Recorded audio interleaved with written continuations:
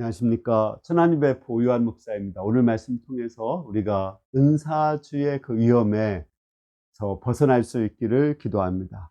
오늘 말씀은 마태복음 7장 21절에서 23절입니다. 나더러 주여 주여 하는 자마다 다 천국에 들어갈 것이 아니요 다만 하늘에 계신 내 아버지의 뜻대로 행하는 자라야 들어가리라. 그날에 많은 사람이 나더러 이르되 주여 주여 우리가 주의 이름으로 선지자 노릇하며 주의 이름으로 귀신을 쫓아내며 주의 이름으로 많은 권능을 행하지 아니하였나이까 하리니 그때 내가 그들에게 밝히 말하되 내가 너희를 도무지 알지 못하니 불법을 행하는 자들아 내게서 떠나가라 하리라.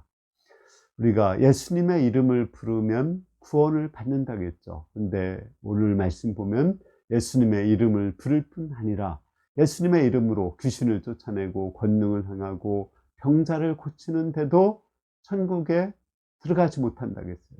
예수님이 그 사람들을 알지 못한다고 했거든요. 이것이 은사주의입니다. 은사주의 위험성이 무엇인지를 우리가 배우고 그 경계에서 벗어날 수 있기를 기도합니다.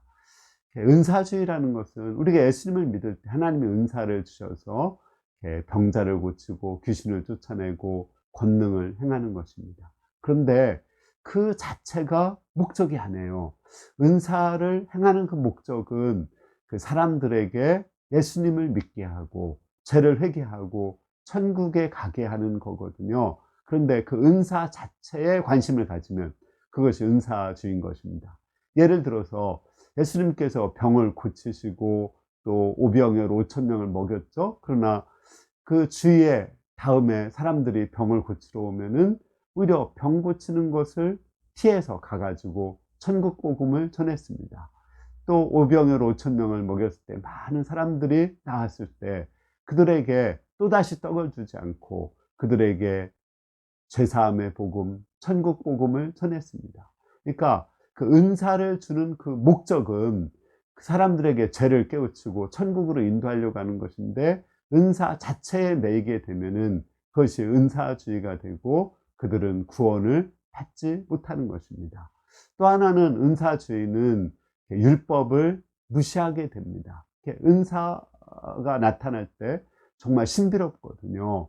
정말 놀랍거든요. 또 많은 사람들이 그것을 추종하게 되거든요. 근데 그 은사 자체가 믿음이 있는 것으로 생각하고 하나님의 말씀을 무시합니다.